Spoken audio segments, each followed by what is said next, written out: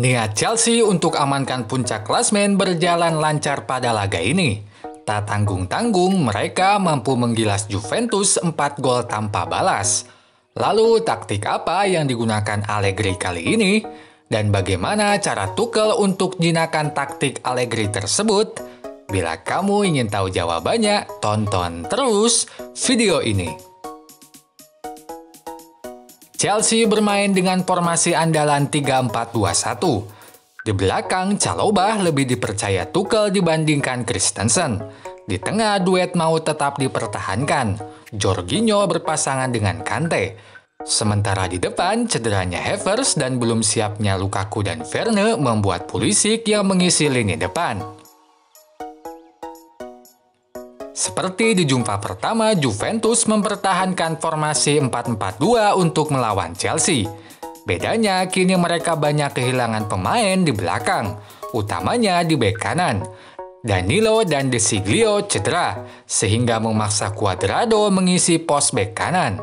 Sementara di depan, baru sembuhnya Dybala membuat duet dipercayakan pada Morata dan Chiesa. Niat Allegri untuk bermain lebih bertahan terlihat dari komposisi pemain yang ia pilih. Dibandingkan memainkan Kulusevski yang pemain sayap murni, ia malah memainkan Rabiot di posisi sayap, padahal posisi idealnya gelandang.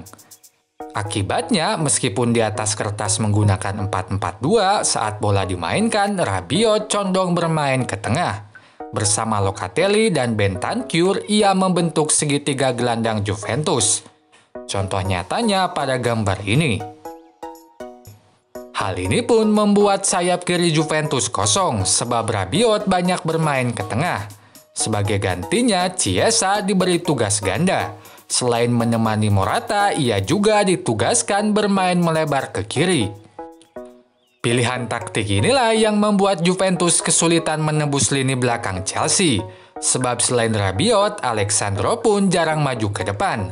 Sehingga hanya Morata dan Chiesa yang konsisten di depan, dan mereka pun harus menghadapi pertahanan Chelsea yang gunakan 5 bek saat bertahan.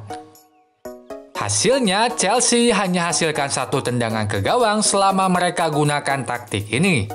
Selebihnya, 3 peluang Juventus dilakukan dari luar kotak penalti dan itu pun tidak mengancam gawang Mendy. Sementara saat bertahan untuk menutup wingback Chelsea yang maju, Allegri tempatkan McKennie bermain lebih dalam, sehingga membentuk formasi 5 bek. Sejenak, taktik ini bisa hentikan permainan melebar yang dilakukan Thomas Tuchel. Namun Tuchel tak habis akal. Untuk bisa dominan di pertahanan Juventus, ia mendorong Kante bermain lebih maju ke depan, tepatnya di sisi kanan depan.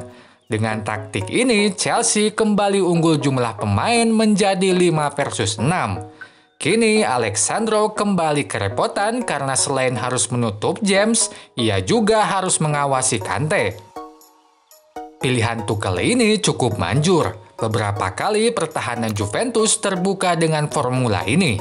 Misalnya pada cuplikan ini, Sandro terpancing untuk berduel dengan Kante. James pun tak terkawal di sisi kanan dan berhasil melakukan tendangan ke gawang.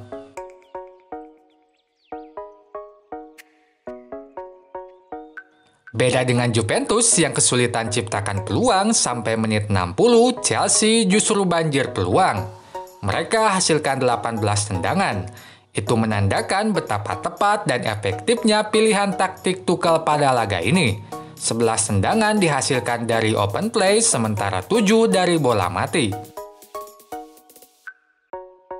Tertinggal 3 gol membuat Juventus harus bermain lebih menyerang.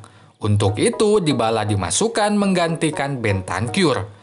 Implikasinya, Chiesa kini benar-benar bermain di sayap, sementara tugas menemani Morata dilakukan Dybala. Namun semua tampak sia-sia. Perubahan ini dapat ditangani Chelsea yang menurunkan intensitas serangan setelah unggul 3 gol. Hasilnya Juventus hanya hasilkan 4 tendangan yang semuanya dilakukan dari kotak penalti.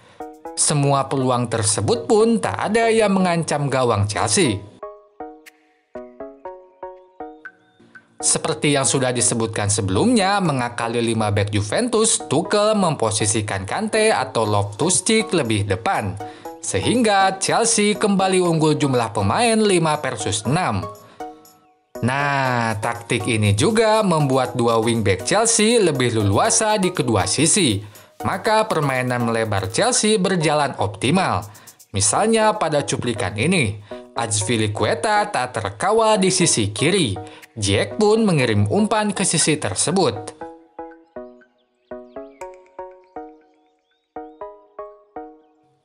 Bukti lain betapa optimalnya permainan melebar ada pada gol-gol Chelsea.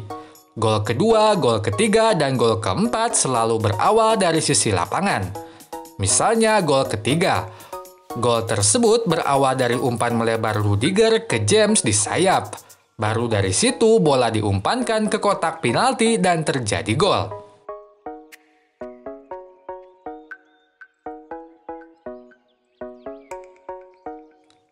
Dominannya peran dua wingback Chelsea pada laga ini terlihat dari statistik. Baik Chilwell maupun James memberikan kontribusi yang cukup besar. James terlibat dalam 3 gol Chelsea, sementara Chilwell terlibat dalam 1 gol Chelsea.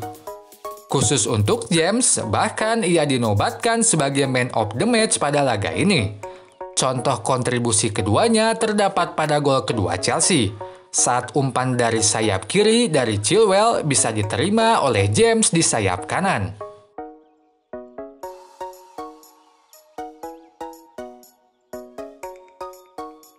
Oke sobat semua, dapat disimpulkan pada laga ini taktik Tuchel selangkah di depan dari Allegri. Antisipasi Allegri dengan memposisikan 5 pemain di belakang tak bisa hentikan permainan melebar Chelsea. Sebab Tuchel sudah memiliki penawarnya dengan memposisikan gelandang tengahnya bermain lebih ke depan. Oh iya, sebelum pamit jangan lupa untuk subscribe dan tonton juga video analisis lainnya. Sampai jumpa lagi. Goodbye.